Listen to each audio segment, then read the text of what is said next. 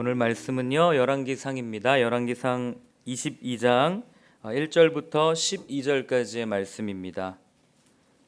열왕기상 22장 1절부터 12절까지의 말씀을요 함께 읽겠습니다. 아람과 이스라엘 사이에 전쟁이 없이 3년을 지냈더라. 셋째 해에 유다의 여호사밧 왕이 이스라엘 왕에게 내려가매 이스라엘 왕이 그의 신하들에게 이르되 길랏 라못은 본래 우리의 것인 줄을 너희가 알지 못하느냐? 우리가 어찌 아람의 왕의 손에서 도로 찾지 아니하고 잠잠히 있으리요 하고 여호사밧에게 이르되 당신은 나와 함께 길랏 라못으로 가서 싸우시겠느냐? 여호사밧이 이스라엘 왕에게 이르되 나는 당신과 같고 내 백성은 당신의 백성과 같고 내 말들도 당신의 말들과 같으니이다. 여호사밧이 또 이스라엘의 왕에게 이르되 청하건대 먼저 여호와의 말씀이 어떠하신지 물어보소서. 이스라엘의 왕이 이에 선지자 400명쯤 모으고 그들에게 이르되 내가 길랏 라못에 가서 싸우랴 말랴. 그들이 이르되 올라가소서. 주께서 그 성읍을 왕의 손에 넘기시리이다. 여호사밧이 이르되 이외에 우리가 물을 만한 여호와의 선지자가 여기 있지 아니하니이까.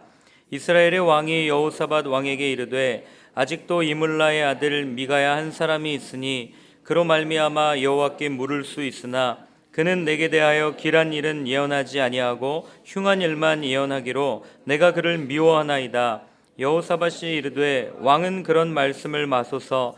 이스라엘의 왕이 한 내시를 불러 이르되 이물라의 아들 미가야를 속히 오게 하라 하니라. 이스라엘의 왕과 유다의 여호사밧 왕이 왕복을 입고 사마리아 성문 어귀 광장에서 각기 왕자에 앉아 있고 모든 선지자가 그들 앞에서 예언을 하고 있는데 그나아나의 아들 시드기야는 자기를 위하여 철로 뿔들을 만들어 가지고 말하되 여호와의 말씀이 왕이 이것들로 아람 사람을 찔러 진멸하리라 하셨다 하고 모든 선지자도 그와 같이 예언하여 이르기를 길랏 라못으로 올라가 승리를 얻으소서. 여호와께서 그 성읍을 왕의 손에 넘기시리이다 하더라. 아멘. 저희가 지난주에 살펴본 것처럼 11장에 나오는 그 나봇의 포도원 사건 이후로 자신의 죄를 깨닫고 스스로 겸비했던 아합 왕의 모습은 우리에게 큰 도전을 주었습니다. 그런데 그 모습이 그렇게 오래 가지 못함을 오늘 본문은 이야기를 해줍니다. 얼마나 아합이 그 스스로 겸비하고 시간이 흘렀을까요? 오늘 1절은 이렇게 이야기를 해줍니다. 아람과 이스라엘 사이에 전쟁이 없이 3년을 지냈더라.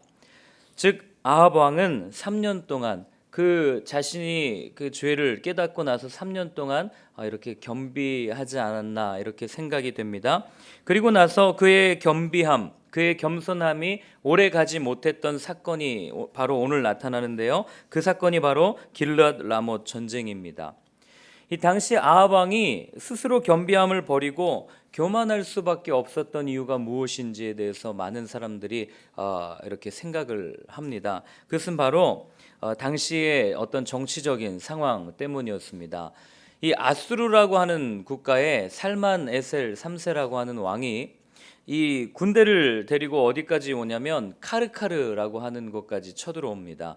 이 카르카르는 이 아람의 수도였던 다메섹에서 한 160km 정도 떨어져 있는 아주 근거리에 있는 곳까지 아수르의 왕이 쳐들어온 거죠.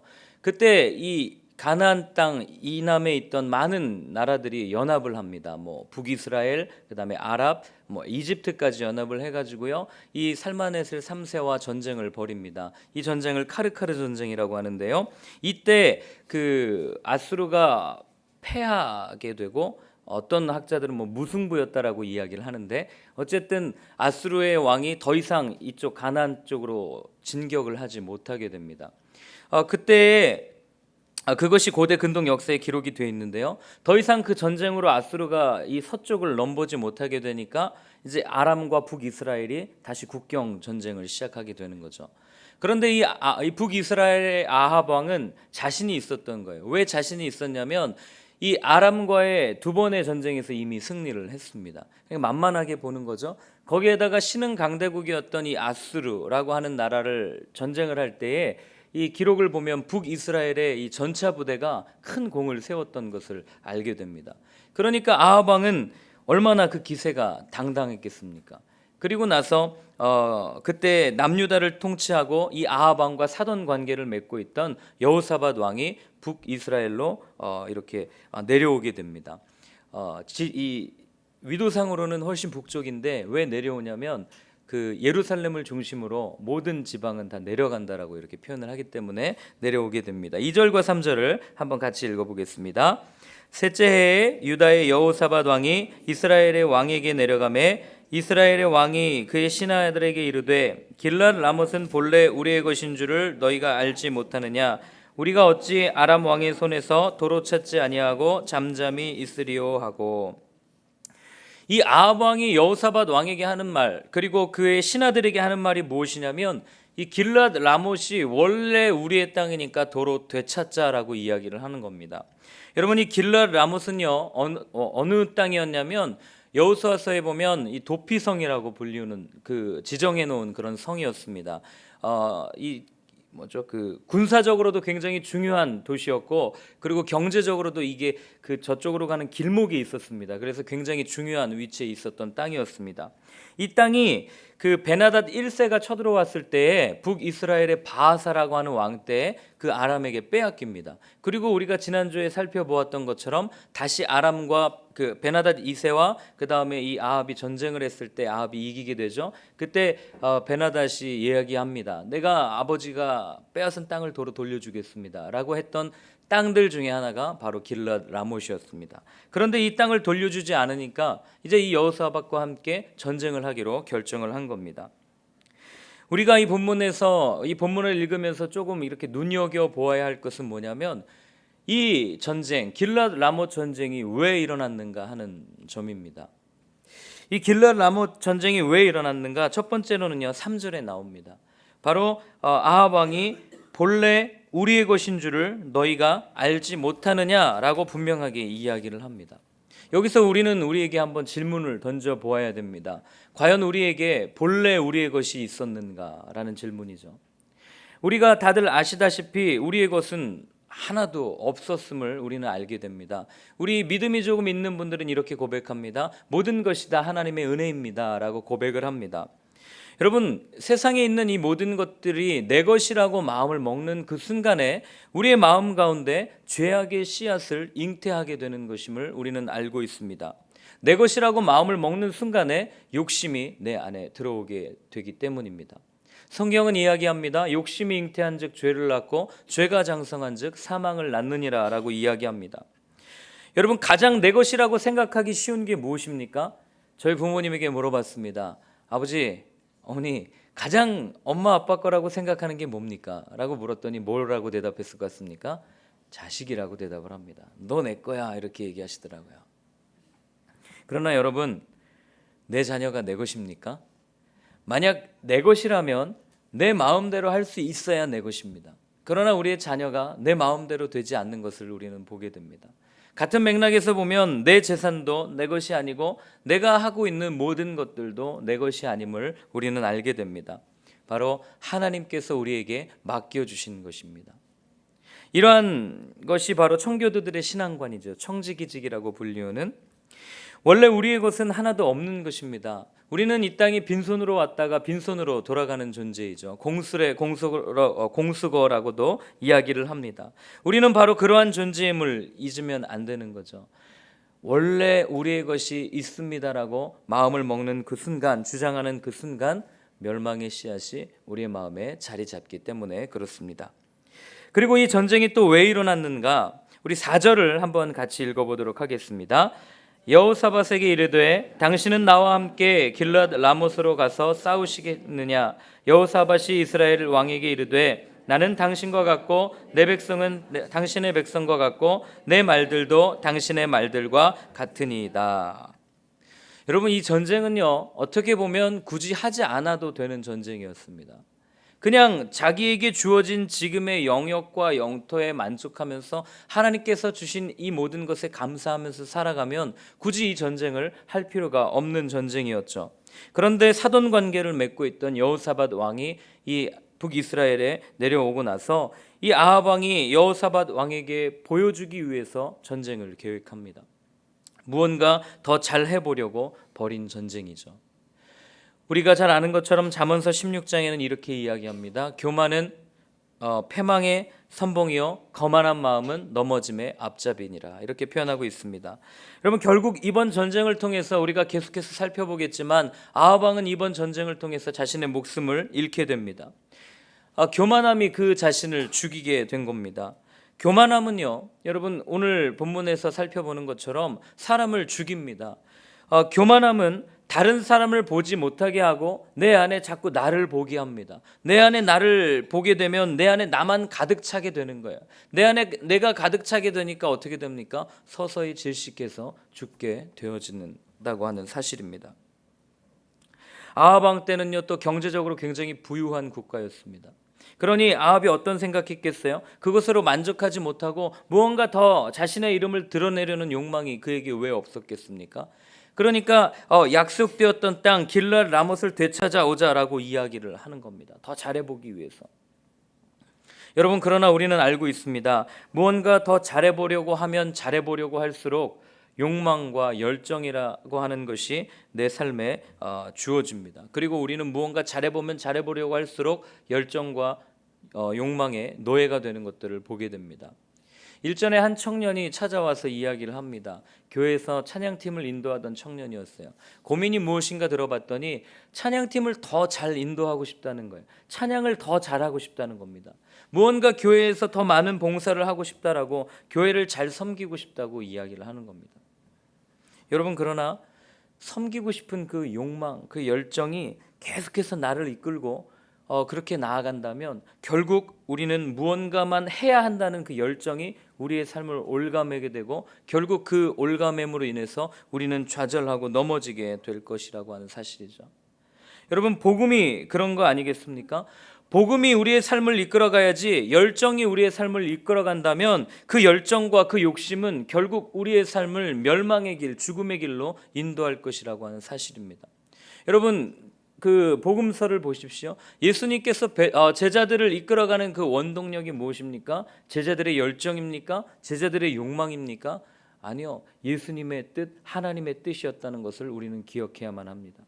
마찬가지입니다. 우리가 신앙생활을 하면서 우리가 교회에 출석하고 예배를 드리고 우리가 무언가 봉사를 하고 헌신을 할 때 어떤 분들은 와서 그럽니다. 적어도 그리스도인이라면 이러한 열정을 가지고 이런 봉사와 이런 헌신을 해야 되지 않겠습니까? 맞는 이야기일 수도 있지만, 그러나 그 봉사와 그 헌신, 그 열정만을 가지고 주님을 따라간다면 결국에는 그 열정과 그 욕망이 우리를 주님에게서 점점 멀어지게 할 것이라는 사실입니다. 그리고 오늘 5절과 6절의 말씀을 보면 이렇게 기록되어 있습니다. 여호사밧이 또 이스라엘 왕에게 이르되 청하건대 먼저 여호와의 말씀이 어떠하신지 물어보소서. 이스라엘의 왕이 이에 선지자 400명쯤 모으고 그들에게 이르되 내가 길르앗 라못에 가서 싸우랴 말랴. 그들이 이르되 올라가소서, 주께서 그 성읍을 왕의 손에 넘기시리이다 라고 표현하고 있습니다. 마치 400명이나 되는 선지자들 모두가 여출 일구가 된 거죠. 한 마음으로 한 목소리를 내고 한결같이 승리를 이야기를 합니다. 그들이 승리를 이야기하는 건 이거죠. 하나님의 계획과 왕의 계획이 일치합니다.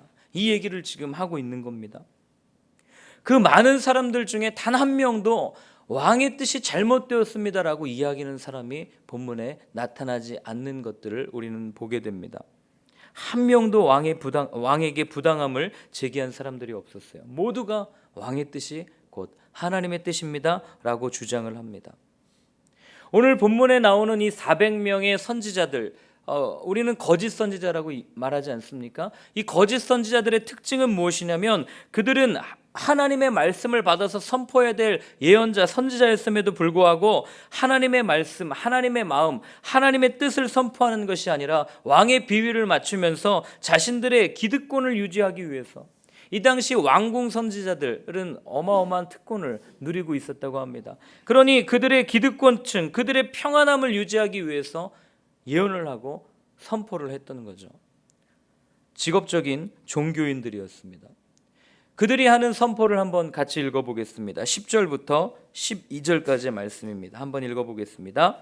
이스라엘의 왕과 유다의 여호사밧 왕이 왕복을 입고 사마리아 성문 어기광장에서 각기 왕좌에 앉아있고 모든 선지자가 그들의 앞에서 예언을 하고 있는데, 그나아나의 아들 시드기야는 자기를 위하여 철로 뿔들을 만들어 가지고 말하되, 여호와의 말씀이 왕이 이것들로 아람 사람을 찔러 진멸하리라 하셨다 하고, 모든 선지자도 그와 같이 예언하여 이르기를 길랏 라못으로 올라가 승리를 얻으소서, 여호와께서 그 성읍을 왕의 손에 넘기시리이다 하더라.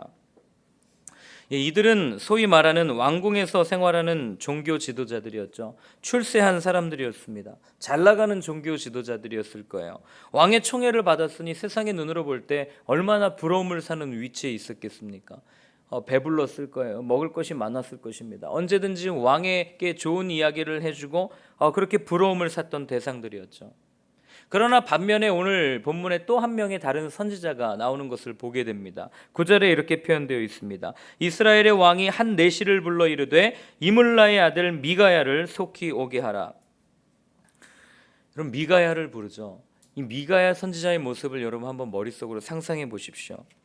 그를 부를 때에 왕이 그를 뭐라고 부릅니까? 선지자라고 부르지 않습니다. 그를 부를 때에 이물라의 아들이라고 이렇게 부릅니다. 이것이 여러분 무엇을 상징합니까? 앞에 나오던 왕궁에 있던 400명의 선지자와 다르게 이물라의 아들 미가야라고 표현되는 것은 왕도 그를 존경하지 않고 다른 그 선지자들도 그를 별로 존경하지 않는 모습을 말해주는 겁니다. 우리가 내일 본문에서 계속해서 살펴보겠지만 이 미가야는 결국 어떻게 됩니까? 감옥에 갇히게 됩니다. 모욕을 당하죠. 세상의 눈으로 볼 때는 실패한 선지자의 모습입니다. 아무도 알아주지 않고 초라하기 그지없는 신세로 전락해버리는 그런 신세로 고난을 받게 됩니다. 여러분들은 이 두 선지자의 그룹을 비교할 때 어느 선지자를 더 옹호하고 어느 선지자를 더 따라갑니까? 오늘날에도 마찬가지죠. 그러나 성경은 사람들의 눈으로 볼 때 실패했던 이 미가야 선지자가 참된 하나님의 선지자였다고 계속해서 우리에게 증언을 해줍니다. 여러분 성경을 보면 마찬가지입니다. 언제나 하나님의 뜻을 쫓았던 사람들을 보면요, 그 당시의 정황 가운데서 늘 따돌림을 당하고 고난을 당하고 이런 힘든 일들을 겪게 되는 것들을 보게 됩니다. 예레미야가 그랬죠. 이사야가 그랬습니다. 에스겔도 그랬고요. 호세아도 그랬고요. 많은 선지자들이 그런 모습들을 보이게 됩니다.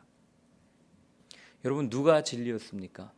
400명이나 되는 그 많은 선지자들이 진리였습니까? 아니면 따돌림 당하고 고난을 당하지만 감옥에 가지만 그 한 명의 선지자였던 미가야가 진리였습니까?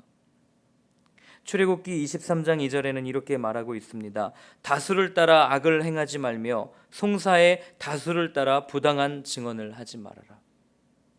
여러분 이 본문에서 나타나는 또 하나의 진리는 무엇이냐면 바로 진리는 다수결로 결정되는 것이 아니라는 사실입니다. 우리가 어려서부터 민주주의 이 정치 체제 속에서 자라면서 우리는 어렸을 때부터 무의식적으로 다수결이 원칙이 좋은 것이라고 배우고 그렇게 자랍니다. 그러나 여러분 아무리 많은 사람들이 이구동성으로 같은 말을 한다고 해서 그것이 진리가 될 수는 없습니다. 때로는 진리는 외로운 목소리를 통해서 증거되기도 하기 때문입니다.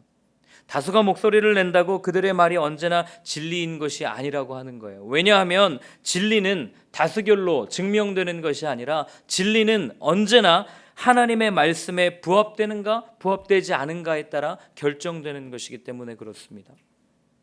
이게 여러분 복음입니다. 만약에 다수결의 이 원리가 진리였다면 우리가 생각하는 복음은 벌써 사장되어야 했을 것입니다. 여러분 예수님을 보십시오. 예수님이 왜 십자가에 달려 죽습니까? 다수결의 원리에서 패배한 거죠. 많은 사람들에게 빌라도가 묻습니다. 누구를 놓아줄까요? 라고 물어요. 그때 뭐라고 얘기합니까? 예수님을 놓아줍니까? 아니면 바라바를 놓아줍니까? 많은 사람들은 다수결의 원리로 바라바를 요구합니다. 그때 어떻게 됩니까? 예수님이 십자가에 달려 죽게 되는 결과를 우리는 보게 됩니다. 여러분, 그렇기 때문에요, 우리는 늘 고민하고 우리는 늘 생각해야 됩니다. 그리고 우리는 늘 하나님의 말씀을 가까이 해야 하고 하나님의 말씀을 읽고 하나님의 말씀을 묵상하고 하나님의 말씀을 우리의 마음에 새겨야 한다고 하는 사실입니다. 하나님의 말씀이 우리 가운데 새겨지지 않았을 때 우리는 세상에서 말하는 다수결의 원리에 따라 이리저리 표류하고 이리저리 흘러가게 될 것이기 때문입니다. 그러나 오늘 본문에 분명하게 하나님은 말씀해 주십니다. 하나님의 말씀에 합한 모습, 하나님의 말씀을 따라가는 사람, 하나님의 뜻에 부합한 사람, 그것이 참된 진리이고 그 진리를 통해 하나님께서 역사하는 것임을 하나님은 오늘 우리에게 말씀해 주고 있다고 하는 사실입니다. 오늘 제가 두 가지를 말씀드렸습니다. 이 전쟁의 원인은 무엇인가? 첫 번째, 바로 원래 내 것이다 라고 하는 그 마음, 내 것을 주장하는 그 마음, 그리고 내 것을 드러내고 싶고 자랑하고 싶은 그 욕심, 그것 때문에 전쟁이 일어났음을 함께 나누었습니다. 그리고 두 번째로는 정말 다수가 진리인가? 아니요, 하나님의 말씀이 진리임을 함께 나누었습니다. 이 말씀에 비추어 우리는 어떻게 살아야겠습니까? 하나님의 말씀을 깊이 묵상하고 이 시대를 향한 아버지의 뜻을 알고 내 자신을 드러내는 것이 아니라 정말 오직 주님만 드러내는, 주님이 나의 전부입니다라고 고백할 수 있는 그런 삶을 우리가 살아야 되지 않겠습니까? 주님은 오늘도 우리에게 말씀하십니다. 우리는 오늘도 살아가면서 계속해서 불쑥불쑥 우리의 마음 가운데 있는 것들이 드러납니다. 사람은 누구나 다 자기 자신을 드러내고 싶어 합니다. 이야기를 해도 무언가를 자랑을 해도 다 내 것을 드러내고 내 자녀를 자랑하고 싶고 내 가족을 자랑하고 싶고 내가 가지고 있는 것들을 세워주고 싶고, 그게 사람의 마음입니다. 그러나 여러분, 오늘 하루만큼은 우리 안에 있는 이 탐심과 우리 안에 있는 내 자신을 드러내고 싶은 이 마음을 좀 내려놓고 오직 주님만 드러내고 주님의 이름을 높이고 정말 내 자신을 통해서 주님이 드러나는 도구로 우리가 한번 의식적으로 한번 그렇게 생활해 봤으면 좋겠습니다. 그렇게 살아갈 때 우리를 통해서 비록 미천하고 비록 아무것도 내세울 것 없고 아무것도 가진 것 없는 우리의 모습이지만, 그런 주님을 자랑하는 우리의 모습을 통해서 주님은 오늘도 하나님의 나라를 이 땅에 세워가실 것이라고 저는 생각이 됩니다. 그렇게 살아갈 수 있는 저희들 되었으면 좋겠습니다. 오늘 우리가 함께 같이 기도할 때요, 두 가지 제목을 놓고 기도했으면 좋겠습니다. 우리가 하나님의 말씀을 어떻게 우리 마음에 새길 수 있습니까? 한 가지 방법밖에 없습니다. 바로 하나님의 말씀을 더욱더 사랑하는 것입니다. 그래서 오늘 우리가 함께 기도할 때 하나님의 말씀을 진정으로 사랑하는 하루가 될 수 있도록 주님, 우리의 마음 가운데 말씀을 뿌려 주시옵소서, 말씀의 씨앗을 뿌려 주시옵소서 기도하고요. 두 번째로는 하나님, 내 모든 것은 내 것이 아닌 하나님의 것입니다. 내 욕심을 내려놓는 용기를 주시고, 그래서 나의 삶을 통해서 예수님의 향기가 드러나고 예수님의 모습이 드러나는 내 삶이 될 수 있도록 우리 이 시간에 함께 같이 기도하도록 하겠습니다. 사랑의 하나님 아버지, 하나님 오늘 간절히 기도합니다. 하나님, 오늘도 주님의 말씀을 더욱더 사랑하는 하루가 될 수 있도록 주님 도와주시옵소서. 하나님 세상에 많은 것들을 사랑할 수 있는 대상들이 얼마나 많은지 모르겠습니다. 그러나 주님, 그 가운데 오늘 하루 아버지 정말 주님의 말씀을 붙들고 주님의 말씀대로 살아가며 주님의 말씀을 더욱더 사랑하며 주님의 뜻을 따라 살아갈 수 있는 하나님 오늘 하루가 될 수 있도록 주님 도와주시옵소서. 하나님, 그래서 정말 주님의 말씀대로 하나님 내 것을 자랑하는 것이 아니라 내 것을 드러내는 것이 아니라 내 욕심을 내려놓고 주의 십자가를 드러내며 아버지 내 삶을 통해서 예수님의 향기가 드러나고 예수님의 모습이 드러나고 내 삶을 통하여 많은 사람들이 주님을 보았다라고 증거할 수 있는 그런 복된 삶을 살아가는 오늘 하루가 될 수 있도록 주님 도와주시옵소서. 아버지 하나님, 그래서 정말 주님을 바라며 나아갈 때 하나님 아버지, 하나님을 의지하며 나아갈 수 있도록 도와주시고, 하나님 내 것을 내려놓고 내 마음을 내려놓고 내 것을 바라며 나아가는 것이 아니라 오직 하나님을 바라며 나아가는 하나님 우리의 삶이 되어줄 수 있도록 주여 인도하여 주시옵소서. 하나님 간절히 원합니다. 아버지, 주님을 더욱더 사랑하는 하루가 될 수 있도록 주님 도와주시고 하나님 아버지 붙잡아 주시옵소서. 우리가 오늘은 한 번 더 같이 기도했으면 좋겠습니다. 우리가 한 번 더 기도할 때 오늘은 특별히 우리 주위에 있는 연약한 지체들을 위해서 함께 기도했으면 좋겠습니다. 주님, 육신의 연약함으로 또 마음의 연약함으로 또 관계의 연약함으로 여러 가지의 연약함들 때문에 고통받는 우리 주위의 이웃들을 주님 손에 올려드립니다. 주님, 그들 가운데 오늘도 말씀 가운데 함께하여 주셔서 그들이 오늘 그 말씀으로 승리할 수 있도록, 오늘 하루 그 말씀으로 주님을 바라볼 수 있는 하루가 될 수 있도록 우리 우리 이 시간 함께 같이 기도하겠습니다. 아버지 하나님, 간절히 기도합니다. 주님, 우리 주위의 연약한 지체들을 위해서 기도합니다. 아버지 하나님, 정말로 주님을 바라며 나아가지만 하나님, 관계의 연약함 때문에, 육신의 연약함 때문에, 하나님 질병 때문에, 하나님 마음의 어려움 때문에 주님을 온전히 바라보지 못하는 우리 주위에 많은 이웃들이 있음을 주님, 우리는 고백합니다. 주님, 우리 주위의 그 형제 자매들에게 오늘 주님 말씀 되신 주님 찾아가 주셔서 그 말씀 가운데 함께하여 주시고, 오늘 주님을 바라보며 주님의 말씀대로 살아가기로 다짐하며 나아갈 때 하나님, 오늘 함께하여 주셔서 그 육신의 연약함이 강건함으로 회복될 수 있도록, 관계의 연약함이 주님 안에서 더 풍성함으로 회복될 수 있도록 아버지 하나님 부어주시고 주님 함께하여 주시옵소서. 주님을 바라며 나아갑니다. 아버지 하나님, 그렇게 주님을 의지하며 나아갈 때 주님 가운데 섬에 나아갈 수 있는 귀한 하루가 될 수 있도록 주님 함께하여 주시옵소서. 사랑하는 주님, 오늘 아합 왕의 모습을 통하여서 우리가 함께 말씀을 나누었습니다. 하나님, 우리는 늘 우리 자신을 드러내고 싶고 늘 내 것을 주장하고 늘 내 것을 바라보며 살아가는 연약한 존재들임을 고백합니다. 주님, 그 가운데 그런 우리를 위해서 이 땅에 주님께서 오시고 십자가를 지시고 우리에게 새 생명을 주신 것을 우리는 기억합니다. 주님, 오늘 이 말씀 받은 것처럼 우리가 우리 자신을 내려놓고 우리의 마음을 내려놓고 오늘만큼은 정말 주님을 쫓아 주님을 드러내며 주님의 것을 따라가는 우리의 삶이 될 수 있도록 주여 인도하여 주시옵소서. 이제는 십자가에서 우리의 모든 욕심의 죄를 지고 돌아가신 우리 주 예수 그리스도의 은혜와 탐욕으로 인한 죄에서 우리를 구원하여 주신 하나님 아버지의 놀라우신 사랑하심과 오늘도 거칠지만 십자가의 길을 가라고 등을 토닥거려 주시는 성령님의 이끄심과 인도하심이 이제는 말씀을 사랑하며 내 것을 내려놓기로 다짐하는 이 자리에 계신 모든 분들과 또한 인터넷으로 또 어느 곳에서든지 함께 은혜를 누리는 모든 분들 위해 이제로부터 영원까지 함께하여 주옵시기를 간절히 축원하옵나이다. 아멘.